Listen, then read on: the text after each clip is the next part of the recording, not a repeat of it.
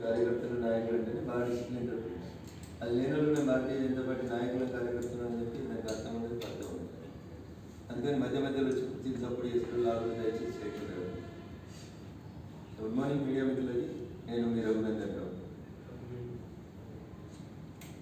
ఈ రాష్ట్ర ముఖ్యమంత్రి గౌరవనీయులు చంద్రశేఖరరావు గారి తనయుడు, కాబోయే రాజు, ప్రస్తుత యువరాజు, ఐటీ శాఖను రిప్రజెంట్ చేస్తున్నటువంటి కేటీఆర్ గారు నిండు శాసనసభ వేదికగా వారు చెప్పినటువంటి అబద్ధాలని, అక్రమాలని మీ ద్వారా ఎల్లుండి స్టార్ట్ అయ్యేటువంటి అసెంబ్లీలో ఒక చిన్న చర్చకు, ఒక షార్ట్ క్వశ్చన్తో సమాధానంగా కేటీఆర్ గారు ముందుకు రావాలనేటువంటి ఒక సదుద్దేశంతో నాకు ఇష్టం లేకపోయినప్పటికీ కొన్ని కంపెనీల పేర్లను, కొన్ని సంస్థల పేర్లను, కొంతమంది వ్యక్తులని ఈరోజు ప్రెస్ మీట్లో ప్రస్తావించాలని అనుకుంటున్నాను.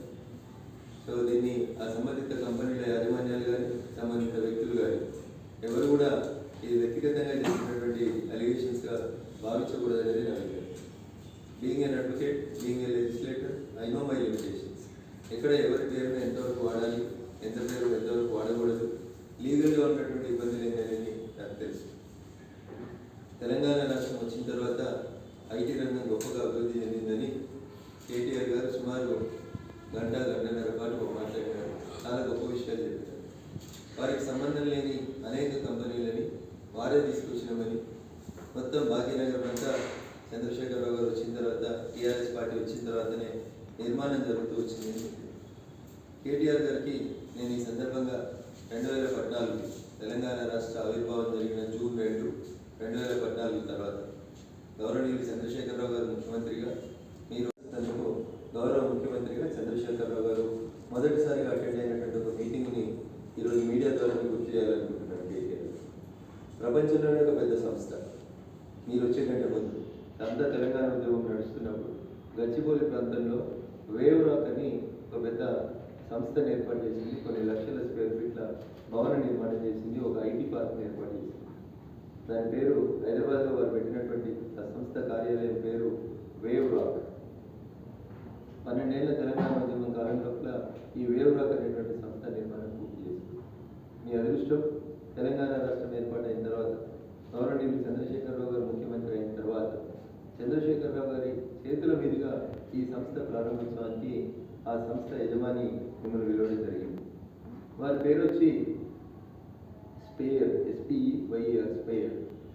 ఆ స్పేయర్ అనేటువంటి వ్యక్తి భారతదేశానికి న్యూయార్క్ నుంచి ఒక ప్రత్యేకమైనటువంటి చార్టర్డ్ ఫ్లైట్ వేసుకొని అమెరికా నుంచి భారతదేశానికి వచ్చింది. వేవ్ రాక్ అనేటువంటి ఒక పెద్ద ఐటీ పార్క్ని, ఐటీ సంస్థని తెలంగాణలో మీ చేతుల మీద గౌరవ ముఖ్యమంత్రి గారు, గౌరవ ఐటీ మంత్రి గారి చేతుల మీద ప్రారంభోత్సవం చేయడానికి అని చెప్పి వారు తెలంగాణకు వచ్చారు. తెలంగాణకు వచ్చినప్పుడు ఆ కార్యక్రమానికి ముఖ్య అతిథులుగా తండ్రి కొడుకులు ఇద్దరు ముఖ్యమంత్రిగా, ఐటీ మంత్రి హోదా లోపల మీరిద్దరు కూడా హాజరు కావడం జరిగింది.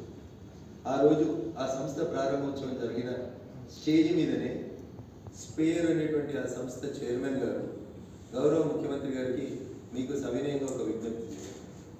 ఈ సంస్థ వీరి కంపెనీ పేరు వచ్చి టిష్మ్యాన్ స్పేయర్ అంటారు. ఆయన పేరు మీదనే పెట్టుకున్నాడు. TISH, MAN, టిష్మ్యాన్ స్పేయర్ కంపెనీ పేరు. టిష్మ్యాన్ స్పేయర్ అనేటువంటి కంపెనీ ప్రపంచంలో అతిపెద్ద సంస్థలలో ఒక సంస్థగా పరిగణించబడుతున్న సంస్థ. దీని యజమాని మిస్టర్ స్పేయర్. ఈ came from New York in a chartered flight for the inauguration of wave rock building at Gachibowli. వచ్చిన రోజు వేదిక మీద మీ ఇద్దరిని, తండ్రి కొడుకులు ఇద్దరిని సంబోధిస్తూ తెలంగాణ రాష్ట్రం బాగుండాలని పొగుడుతూ వారు మీకు ఒక దరఖాస్తు ఇచ్చినారు. ఆ దరఖాస్తులో వారు ఏమడిగినంటే, రాజశేఖర్ రెడ్డి గారు ముఖ్యమంత్రిగా ఉన్నప్పుడు ఉమ్మడి ఆంధ్రప్రదేశ్ రాష్ట్రంలో మా పూర్వ మెదక్ జిల్లా తెల్లాపూర్లో ఓపెన్ యాక్షన్ చేసిరు ప్రభుత్వ భూములు. నేను చెప్పుకుంటే గొప్పగా అవుతుంది. రఘునందన్ రావు ఈనాడు రిపోర్టర్గా ఉండి, ఒక ఈనాడు కంట్రిబ్యూటర్గా ఉండి రాసి తెలంగాణ ఆ రోజున్నటువంటి ఆంధ్రప్రదేశ్ అసెంబ్లీలో ఎరినేని సీతాదేవి గారి అధ్యక్షతన ఒక హౌస్ కమిటీ చేపించి కాపాడినటువంటి సుమారు 5,000 ఎకరాల భూములలో 400 ఎకరాల భూములని గౌరవనీయులు ఆనాటి ఉమ్మడి ఆంధ్రప్రదేశ్ ముఖ్యమంత్రి రాజశేఖర్ రెడ్డి గారు తెల్లాపూర్లో సాయిబాబా అనేటువంటి ఒక టెంపుల్కి ఎదురుగా 400 ఎకరాల భూముల్ని ఓపెన్ యాక్షన్ ద్వారా వేలం వేస్తే ప్రపంచంలోనే అతిపెద్ద సంస్థలలో ఒక సంస్థ అయినటువంటి టిష్మన్ స్పేర్ అనేటువంటి సంస్థ 1686 కోట్ల రూపాయలు పెట్టి అందులో 400 కోట్ల రూపాయలని అడ్వాన్స్గా చెల్లించి రాష్ట్ర ప్రభుత్వంతో 2007లో ఒప్పందం చేసుకుంది టిష్మన్ స్పేర్ అనేటువంటి కంపెనీ. ఆ కంపెనీ తెల్లాపూర్లో ప్రపంచంలోనే అతిపెద్ద ఐటీ పార్క్ కడతాము 400 ఎకర్స్ లోపల అని చెప్పి దాదాపు ఆ రోజు అడ్వాన్స్ చెల్లించుకొని ప్రభుత్వం అడిగితే 400 కోట్ల రూపాయలని అడ్వాన్స్గా 2007లో చెల్లించి 2007లో చెల్లించినటువంటి టిష్మన్ స్పేర్ అనేటువంటి కంపెనీ 2014 సంవత్సరం వచ్చేసరికి కూడా సార్ మాకు ఇంకా భూమి క్లియర్ చేస్తలేరు, మేము ప్రభుత్వం పెట్టిన ఓపెన్ యాక్షన్లో కొనుక్కున్నటువంటి తెల్లాపూర్లో కొని మేము కడతామని అనుకున్నటువంటి ఈ 400 ఎకరాల్లో ప్రపంచంలోనే ఒక పెద్ద ఐటీ పార్క్ కడదామని అనుకున్నాం. ఆ ఐటీ పార్క్ కోసం మా దగ్గర పెండింగ్లో ఏదైతే ఉందో ఆ పెండింగ్లో ఉన్నటువంటి ఫైల్ని క్లియర్ చేయండి, దాని పేరు టెక్నోసిటీ అని పెట్టామని చెప్పి ఆ రోజు వారు ముఖ్యమంత్రి గారికి ఒక దరఖాస్తు ఇచ్చి 2014 మీరు ముఖ్యమంత్రి అయిన తర్వాత వేవ్ రాక్ అనేటువంటి ఐటీ పార్క్ ఓపెనింగ్లో టిష్మన్ స్పేర్ అని ప్రపంచ ప్రఖ్యాతిగాంచినటువంటి ఒక సంస్థ మీకు ఒక దరఖాస్తు ఇచ్చింది కేటీఆర్ గారు. కేసీఆర్ గారు ఏమన్నారంటే టిష్మన్ స్పేర్ అనేటువంటి ఆ సంస్థ యజమాని మిస్టర్ స్పేయర్ గారు ఇచ్చినటువంటి దరఖాస్తుని వారు మాట్లాడినటువంటి మాటల్ని విన్న వెంటనే ముఖ్యమంత్రి గారు ఏమన్నారంటే ఈ మీటింగ్ అయిపోగానే అవసరమైతే మనం తెల్లాపూర్ వెళ్దాం, మీరు ఓపెన్ యాక్షన్లో కొనుక్కున్నటువంటి ఆ 400 ఎకరాల స్థలానికి సంబంధించి ఎలాంటి సమస్యలున్నా ఈ రాష్ట్ర ప్రభుత్వం వెంటనే మీకు క్లియర్ చేసి ఇస్తుంది, మీరు కట్టాలనుకున్నటువంటి ఆ టెక్నోసిటీ ఏదైతే మీరు కట్టాలనుకున్నారో ఆ టెక్నోసిటీని ఇక్కడే కట్టండి, Hyderabad will be A hub for you అని చెప్పింది. 1686 కోట్ల రూపాయలకి అగ్రిమెంట్ చేసుకొని 2007లో 400 ఎకరాల కోసం 400 కోట్లను అడ్వాన్స్ చెల్లించినటువంటి టిష్మన్ స్పేర్ అనేటువంటి సంస్థ ఇలా ఎక్కడుంది కేటీఆర్ గారు దయచేసి చెప్పండి. మీరు చెప్పింది కదా మైక్రోసాఫ్ట్ వచ్చింది, గూగుల్ వచ్చింది, ఫేస్బుక్ వచ్చింది, యాపిల్ వచ్చింది అని చెప్పారు కదా కేటీఆర్ గారు.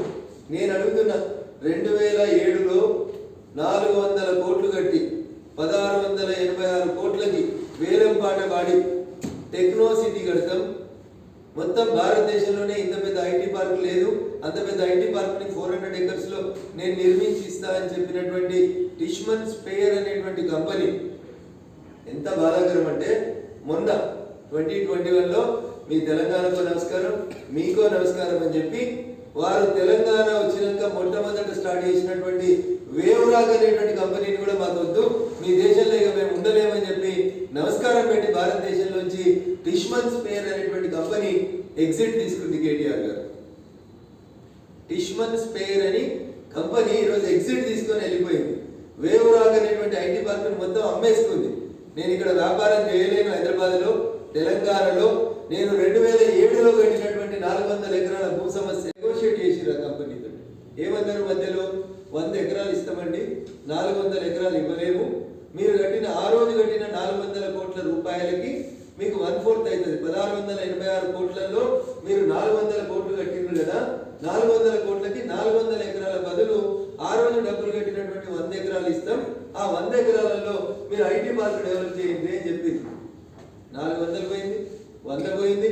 వారు కట్టిన 400 కోట్లను కూడా వదులుకొని ఏమనుంటే లీగల్గా చూసుకుంటామని హైదరాబాద్తో నమస్కారం పెట్టి వారు కట్టిన 400 కోట్లు 2007లో కట్టారు సార్, 2021లో ఉన్నాం. ఆ 400 కోట్ల తర్వాత కోర్టు ద్వారా తేల్చుకుంటామని చెప్పి వేవ్ రాక్ అని వారు నిర్మించినటువంటి సంస్థను కూడా నమస్కారం పెట్టి అమ్మేసుకొని టిష్మన్ స్పేర్ అనేటువంటి ప్రపంచ ప్రఖ్యాత సంస్థ హైదరాబాద్ నుంచి ఎగ్జిట్ అయింది. రామన్న, ఇది మీరు మీ నాన్నగారు ఇద్దరి దూరదృష్టితో జరిగినటువంటి ఒక మంచి కార్యక్రమం అవునా కదా చెప్పండి. మా మెదక్ జిల్లాలో మా తెల్లాపూర్లో ప్రపంచంలోనే ఒక పెద్ద ఐటీ పార్క్ వచ్చి ఉంటే ఇలా 400 ఎకరాల్లో మీరు చెప్పిన 2014 నుంచి 2021 దాకా టిష్మన్ స్పేర్ అనేటువంటి కంపెనీ అంత గొప్ప ఐటీ పార్క్ కట్టి ఉంటే ఇలా భాగ్యనగరం యొక్క రూపురేఖలు మారడానికి అవకాశం ఉండేనా లేకుండానా ఒక్కసారి ఆలోచించు. మీరు చెప్పింది కదా ఎర్ర బస్సు నుంచి ఎలక్ట్రికల్ బస్సు దాకా, ఎలక్ట్రికల్ బస్సు దగ్గర నుంచి పాయిలెట్లు కూర్చునేటువంటి కాక్పిట్ దాకా చేస్తున్నామని. మరి టిష్మన్ స్పేర్ కంపెనీ ఎందుకు వెళ్ళిపోయిందో ఒక లైన్లో చెప్పుకున్నామన్నా. ఈ ప్రెస్ మీట్లలో చెప్పడం మీకు ఇష్టం ఉండకపోతే, మీ స్థాయి ప్రెస్ మీట్లలో వచ్చి మాట్లాడితే తక్కువ అవుతుంది అని అనుకుంటే నిన్ను శాసనసభ వేదికగా భారతీయ జనతా పార్టీ చేస్తున్నటువంటి ఈ ఆరోపణకి ఎల్లుండి శాసనసభలో షార్ట్ క్వశ్చన్ ఆన్సర్లోనో ఇంకొక సందర్భంగానో దీనికి సూటిగా సమాధానం చెప్పాలి కేటీఆర్ గారని నేను ఈ సందర్భంగా విజ్ఞప్తి చేస్తా ఉన్నాను. ఇది రఘునందన్ రావు సొంత కవిత్వం కాదు. ఎకనామిక్ టైమ్స్ అనేటువంటి పత్రిక రాసింది. ఎకనామిక్ టైమ్స్ అనేటువంటి పత్రిక రాసింది తెలంగాణలో వందల సంఖ్య లోపల ఐటీ కంపెనీలు, ఇది నా సొంత కవిత్వం కాదు, మళ్ళీ చెప్తాను, వెళ్ళిపోతా ఉన్నాయి. ఎందుకు? మీరు కేటాయించినటువంటి భూములన్నీ లీగల్ లిటిగేషన్లు ఉన్నాయని, మీరు భూముల్ని అగ్రిమెంట్ చేసుకున్న తర్వాత డబ్బులు తీసుకున్న తర్వాత వెంటనే క్లియర్ చేయలేక ఇవ్వలేని కారణం చేత ఎన్ని ముద్దబడాయో చెప్తా. గచ్చిబౌలిలో ఒక డిఎల్ఎఫ్ వచ్చింది, ఇంకో డిఎల్ఎఫ్ యాక్షన్లో 31 ఎకరాలు కొనుక్కుంది. డిఎల్ఎఫ్ అనే సంస్థ ఇంకొక 31 ఎకరాలని ఇక్కడనే రాయదుర్గం లోపల కొనుక్కుంది డిఎల్ఎఫ్ అనేటువంటి సంస్థ. దాన్ని మీరు ఏం చేసిరు? దానికి ప్రభుత్వం పెట్టిన కొర్రీ ఏంది? అన్న కేటీఆర్ గారు పెట్టినటువంటి కొర్రీ ఏంటంటే అది హెరిటేజ్ స్ట్రక్చర్స్ ఉన్నాయి ఆ 31 ఎకరాలలో అని కొర్రీ పెడితే డిఎల్ఎఫ్ తన రెండో యూనిట్ ని తెలంగాణలో పెట్టు ఇష్టం లేక తెలంగాణ నుంచి డిఎల్ఎఫ్ తరలిపోయింది. ఇది నేను చెప్పలేదు, డిఎల్ఎఫ్ యజమాని ఎకనామిక్ టైమ్స్ చెప్పినటువంటి ఇంటర్వ్యూలో చెప్తాడు. ఇట్లా చెప్పాలంటే సార్, మీ పుణ్యమాని వెళ్ళిపోయినటువంటి కంపెనీలు గూగుల్ రెండో ఆఫీసు, మైక్రో ఆఫీసు రెండో ఆఫీసు, ఇందాక నేను చెప్పిన టిష్మన్ స్పేయర్, షాపూర్జీ పల్లంజీ, డిఎల్ఎఫ్, లాంకో, పూర్వాంకర, సత్వ ఇట్లాంటి సంస్థలన్నీ యాక్షన్లో కొనుక్కొని తెలంగాణ ప్రభుత్వానికి డబ్బులు కట్టి ఏమన్నారు లాస్ట్ నేను రాసింది కాదు, Hyderabad is one of the worst property market in terms of the land records అని చెప్పి తరలించుకెళ్తున్నామని చెప్పి నేను ఇందాక చదివిన కంపెనీలు ఇవన్నీ ప్రపంచ ప్రఖ్యాత సంస్థలు అన్న. గూగుల్, మైక్రోసాఫ్ట్, ఫిష్మన్ స్పేర్ అంటే ఇందాక నేను చెప్పిన వేవ్రా కంపెనీ కట్టినటువంటిది. ఇప్పుడు మన అసెంబ్లీని కడుతున్న షాపూర్జీ పల్లంజీ, గచ్చిబౌలిలో ఉన్న డిఎల్ఎఫ్, లాంకో, పూర్వాంకర, సత్వర, సాలుప్రియ, ఇన్ని ఇంకొక పెద్ద కంపెనీ పేరు కూడా ఉంది, వారి పేరు తీసుకోవడానికి నాకు ఇష్టం లేదు, అందుకని వదిలేస్తా ఉన్నాను. ఇట్లా మీరందరూ కూడా బయటికి వెళ్ళిపోతా ఉంటారు. డిఎల్ఎఫ్ ఏమంటది?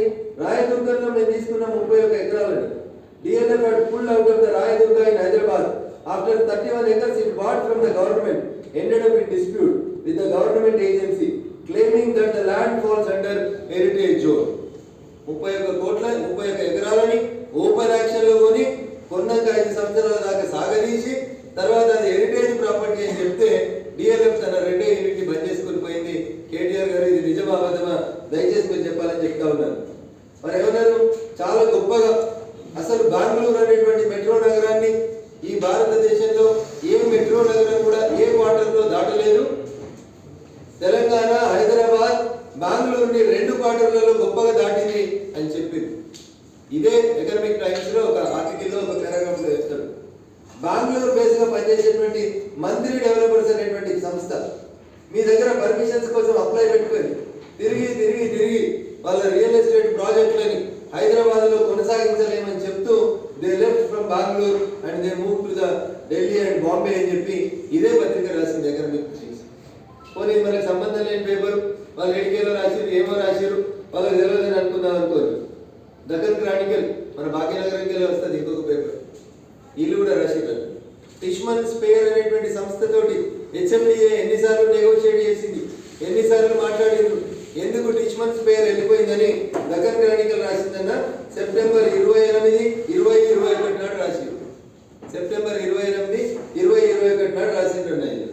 ఇది లీగల్ ట్రాంజిస్ చెల్ HMDS techno city project at తెల్లాపూర్లో వచ్చినటువంటి ప్రాజెక్టు ఎనికిపోయింది అని చెప్పి డీటెయిల్ గా రాసుకుంటూ వస్తుంది క్రానికల్ పత్రిక కూడా రాస్తుంది. ఇవి ఫ్యాక్ట్స్ అన్న. పెద్ద కంపెనీలు భాగ్యనగరానికి వచ్చి తమ సంస్థల్ని పెడతామంటే మన ల్యాండ్ డిస్ప్యూట్స్ పుణ్యమాని అనేక సంస్థలు వెనక్కి వెళ్ళిపోయినటువంటి మాట వాస్తవమా కాదా? రెండో బ్రాంచ్ని పెట్టలేక, రెండోసారి తమ వ్యాపారాన్ని కొనసాగించలేక, తాము పెట్టినటువంటి డబ్బులు ప్రభుత్వం వద్ద హెచ్ఎండిఏ వద్ద లీగల్ లిటిగేషన్ లో ఇరుక్కున్నాయని బాధపడుతూ అనేక కంపెనీలు హైదరాబాద్ వదిలి వెళ్ళిన మాట వాస్తవమా కాదా? గౌరవ మంత్రివర్యులు కేటీఆర్ గారు చెప్పాలని చెప్పి నేను ఈ సందర్భంగా వారిని అప్పీల్ చేస్తా ఉన్నాను. ఒక స్ట్రైట్ క్వశ్చన్, మీరు అసెంబ్లీలో చెప్పారు 200 పైచీలకు కంపెనీలు వచ్చినాయి, 3.5 లక్షల పైచీలకు ఉద్యోగాలను మేము ఐటీ రంగంలో ఇచ్చినామని చెప్పింది. కేటీఆర్ గారు నేను అడుగుతున్నాను, ఎన్ని పెద్ద కంపెనీలు మైక్రోసాఫ్ట్ కూడా మీ ఖాతాలో రాసుకుంటే నేను ఏం చేయలేదు. టిష్మన్ స్పేన్ కూడా మీ ఖాతాలోనే రాసుకుంటే నేనేం చేయలేదు. బోయింగ్ కూడా మీ ఖాతాలోనే రాసుకున్నారు. కిరణ్ కుమార్ రెడ్డి కొబ్బరికాయ కొట్టిన దాన్ని కూడా నేనేం అనదలుచుకోలేదు. షాపూర్జీ పల్లంజీలు మీకంటే ముందే వస్తే దాన్ని కూడా మీ ఖాతాలోనే రాసుకున్నారు, ఏమంటలేదు. రింగ్ రోడ్డుని మీ ఖాతాలోనే వేసుకున్నారు. లార్సన్ అండ్ టర్బోని మీ ఖాతాలోనే చూపించుకుంటున్నారు. ఇవన్నీ పోనీ అని రామన్న 2014 జూన్ 2 తర్వాత మీరు కొత్తగా అగ్రిమెంట్ చేసుకొని కొత్తగా వచ్చినటువంటి ఐటీ కంపెనీలు, పేరున్న కంపెనీలు లైక్ గూగుల్, మైక్రోసాఫ్ట్, ఇంకా మీరు చెప్పారు కదా యాపిల్ కూడా మేమే ఇచ్చినామని. అట్లాంటి కంపెనీలు ఏమైనా వస్తే ఒక్కసారి పేరు చెప్పాలని కేటీఆర్ గారు విజ్ఞప్తి చేస్తా ఉన్నారు, డిమాండ్ చేస్తా ఉన్నారు. రెండో పొరపాటు ఏం చేస్తున్నారు వీళ్ళు? రెండో ప్రాబ్లం ఏమొస్తుంది ఇక్కడ? పెద్ద ఇన్వెస్టర్స్కి ఏమో లీగల్ ఇష్యూస్ చూపెడుతున్నారు. పెద్ద కంపెనీలు వచ్చినటువంటి డబ్బుల దగ్గర వాళ్ళని పనిచేయకపోతే సంవత్సరాల పాటు తిప్పితే వాళ్ళు హైదరాబాద్ వెళ్ళిపోతున్నారు. ఎందుకు? మన రెవెన్యూ యంత్రాంగం చేస్తున్నటువంటి పొరపాట్లు, మన డాక్యుమెంట్స్ లో ఉన్నటువంటి తప్పు, సంవత్సరాల తరబడి పెట్టుబడి పెడతామంటే వాళ్ళని ఇబ్బంది పెడితే వాళ్ళు వెళ్ళిపోతున్నారు. ఒక్కటి అర్థం చేసుకోవాలి, తెలంగాణ సమాజం న్యూయార్క్ నుంచి ప్రత్యేకమైనటువంటి చార్టెడ్ ఫ్లైట్ లో వచ్చిన టిష్మన్ స్పేర్ కంపెనీ ఓనర్ని, చైర్మన్ మనం 7 ఏళ్ళు ఆపినామంటే 2014 నుంచి 2021 దాకా. ఇక చిన్న కంపెనీలకి మీరు ఎంత తొందరగా క్లియరెన్స్ ఇస్తారో ఒకసారి చెప్పాలి. ఏమంటాడు కేటీఆర్ గారు? మేము టీఎస్ ఐపాస్ అని పెట్టినాం, ఎవరైనా దరఖాస్తు పెడితే 15 రోజులలో దరఖాస్తుని క్లియర్ చేయకపోతే it is deemed that your application is clear, మీరు 16 రోజుల నుంచి పని చేసుకోవచ్చు అని చెప్పింది. మరి రామారావు గారు ఎందుకు టిష్మన్ స్పేయర్ గారు వచ్చినటువంటి వేవ్ రాక్ అనేటువంటి కంపెనీ కానీ లేదా టెక్నో సిటీ పేరిట వారు ఇక్కడ తెల్లాపూర్లో 400 ఎకరాలు కడతా అన్నటువంటి ఆ కొత్త ఐటీ పార్క్ కానీ భారతదేశాన్ని వదిలి ఎందుకు వెళ్ళిపోవాల్సి వచ్చిందో ఒకసారి చెప్పాలి. ఎంత దారుణంగా రాపిస్తారంటే పేపర్లలో తెలంగాణ ప్రభుత్వం అంట, హైదరాబాద్ అంట ఇతర రాష్ట్రాలతోటి కాదంట పోటీ పడుతుంది, ఇతర దేశాలతోటి పోటీ పడుతున్నారంట. దేంట్లో? నోబెల్ బహుమతి ఇప్పియాలి మీకు కేటీఆర్ గారు. అబద్ధాలు ఆడడంలో, తిమ్మిని బమ్మి చేసి చెప్పడంలో, వచ్చిన వాళ్ళని వంచడంలో, నమ్మిన వాళ్ళని మోసగించడంలో మీరు ఇతర దేశాలతో పోటీ పడతారేమో మాకు తెలియదు. కానీ నేను ఇందాక చెప్పినటువంటి ఒక్క కంపెనీ గురించి, మా మెదక్ జిల్లాకు వచ్చేటువంటి ఒక అదృష్టాన్ని ఎందుకు పోగొట్టావో చెప్పండి. ఇంకా రెండో అంశం, వారికి నచ్చితే ఒకటి, నచ్చకపోతే ఇంకొకటి. నచ్చితే సానియా మిర్జా గారు బ్రాండ్ అంబాసిడర్ అవుతారు, నచ్చితే సమంత గారు చేనేతకు బ్రాండ్ అంబాసిడర్ అవుతారు. నచ్చకపోతే ఉప్పల్లో 2011లో రామన్న వీరు ఉప్పల్లో 2011లో అప్పటి ప్రభుత్వం ఐటీ పార్క్ కట్టింది, భవనాలు పూర్తయినాయి, ప్రారంభోత్సవాలు అయినాయి. ఎప్పుడన్నా కేటీఆర్ గారి కారు ఉప్పల్ పోయిందేమో ఒక్క ఐటీ కంపెనీ అయినా ఉప్పల్ అంటారా రామంతపూర్ అంటారా ఏమంటావు అని అన్నా. మీరు చెప్పిన ఉప్పల్ రామంతపూర్ మధ్యలో 2011లో కట్టినటువంటి ఐటీ పార్కులకి ఒక్కసారన్నా కేటీఆర్ గారి కారు పోయిందా? పోలేదా? పోకపోతే ఎందుకు పోలేదు? ఒక్క రోజైనా మీరు ఉప్పల్ పోయిండ్రా? బిల్డింగ్ రెడీ ఉండి ఐటీ పార్కులను స్టార్టప్లను పెట్టుకుంటామని అడిగితే మీరు అనుమతులు ఇవ్వడానికి మీకు ఉన్నటువంటి ఇబ్బంది ఏంది? ఉప్పల్లో 2011లో ప్రారంభించినటువంటి ఐటీ పార్క్ని కేటీఆర్ గారు ఎన్నిసార్లు విజిట్ చేసిండ్రు? విజిట్ చేయకపోతే కారణాలు ఏంది? ఆ కుత్బుల్లాపూర్ ప్రాంతంలో ఒకటి కొంపల్లిలో కొత్త ఐటీ పార్క్ కట్టాలనుకుంటున్నామని ఒక గౌరవ శాసనసభ్యులు చాలా బాగా మాట్లాడారు. చిలక పలుకులు పలికిపోయినరు నిండు శాసనసభలో. ఏది కొంపల్లిలో ఐటీ పార్కు? 2014 నుంచి 2021 దాకా కొంపల్లిలో ఐటీ పార్క్ ఎందుకు రాలేదు? అక్కడ పెట్టినటువంటి ఆ ప్లేస్ లోపల మీరు అనుకున్న ప్లేస్ లోపలికి ఎందుకు మీరు అటువైపు ఎందుకు అడుగులు వేస్తలేరు? ఒక్కసారి చెప్పాలి. టాటా కంపెనీ వచ్చిన తర్వాత 925 ఎకరాల్లో ఐటీ సెస్ని ప్రారంభించడం ఆదిపట్లలో అని చెప్తారు. గా బోయింగో గా టాటానో ఆ ఎరగటి కాంగ్రెస్లో ప్రస్తుత టీఆర్ఎస్లో ప్రారంభించినటువంటి ఆ ఒక్క కంపెనీ తప్ప ఆదిపట్లలో 2014 నుంచి ఇయ్యాలటి దాకా ఒక కంపెనీ పేరు చెప్పు రామన్న, ఒక్క కంపెనీ పేరు చెప్పండి. కొత్తగా మీరు ఆ 925 ఎకరాల్లో కొత్తగా ప్రారంభమైనటువంటి ఒక కొత్త ఐటీ కంపెనీ పేరు చెప్పు. ఇవి వాస్తవాలు. సార్ చెప్తాడు, ఖమ్మంలో ఒక టవర్ ఇచ్చిన మా పువ్వాడ అజయ్ గారి కృషి వల్ల టవర్ మొత్తం నిండిపోయింది. అసలు కంపెనీలకు జాగా దొరుకుతలేదు ఖమ్మంలో. పిల్లలకి ఉద్యోగాలు ఇచ్చి అసలు ఖమ్మం అంతా డల్లాస్ అయిపోయింది. అందుకని అజయ్ గారు ఇంకొక ఐటీ టవర్ ఇవ్వని అడుగుతున్నారు. ఖమ్మంలో రేపే కొత్త ఐటీ టవర్ కడతామని చెప్తారు రామన్న. వరంగల్కి ఎన్ని వచ్చినాయో చెప్పుర్రి, కరీంనగర్కి ఎన్ని వచ్చినాయో చెప్పుర్రి. 2 టైర్ సిటీలకి 3 టైర్ సిటీలకి రామంతపూర్కి ఉప్పల్కి మహేశ్వరంకి రాలేదు నేను చెప్పలేదు. అక్బరుద్దీన్ ఓవైసీ మీ సహజ మిత్రుడే చెప్పిండు మా మహేశ్వరంకి ఒక ఐటీ పార్క్ వస్తలేదండి. మరి రామంతపూర్కి ఎందుకు వస్తలేవు, మహేశ్వరంకి ఎందుకు వస్తలేవు, ఉప్పల్కి ఎందుకు వస్తలేవు, లేదా వరంగల్ కరీంనగర్కి ఎందుకు వస్తలేవో చెప్పు. ఇది రెండో రకంగా 2 టైర్ 3 టైర్ సిటీల పట్ల ఆల్రెడీ స్టార్ట్ అయితే అనుకున్నటువంటి ఐటీ హబ్ల పట్ల మీకున్నటువంటి మరి మంచి చూపు అందామా, చెడ్డ చూపు అందామా, దూరదృష్టి అందామా, మీరే ఒకసారి చెప్పాల్సినటువంటి అవసరం.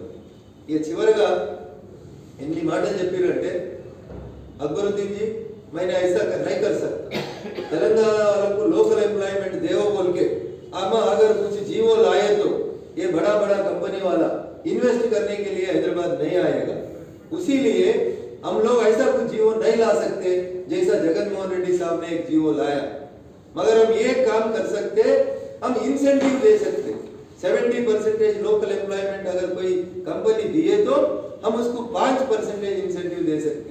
This is the language used by Honorable IT Minister on the floor of the House while addressing the IT and industries thing.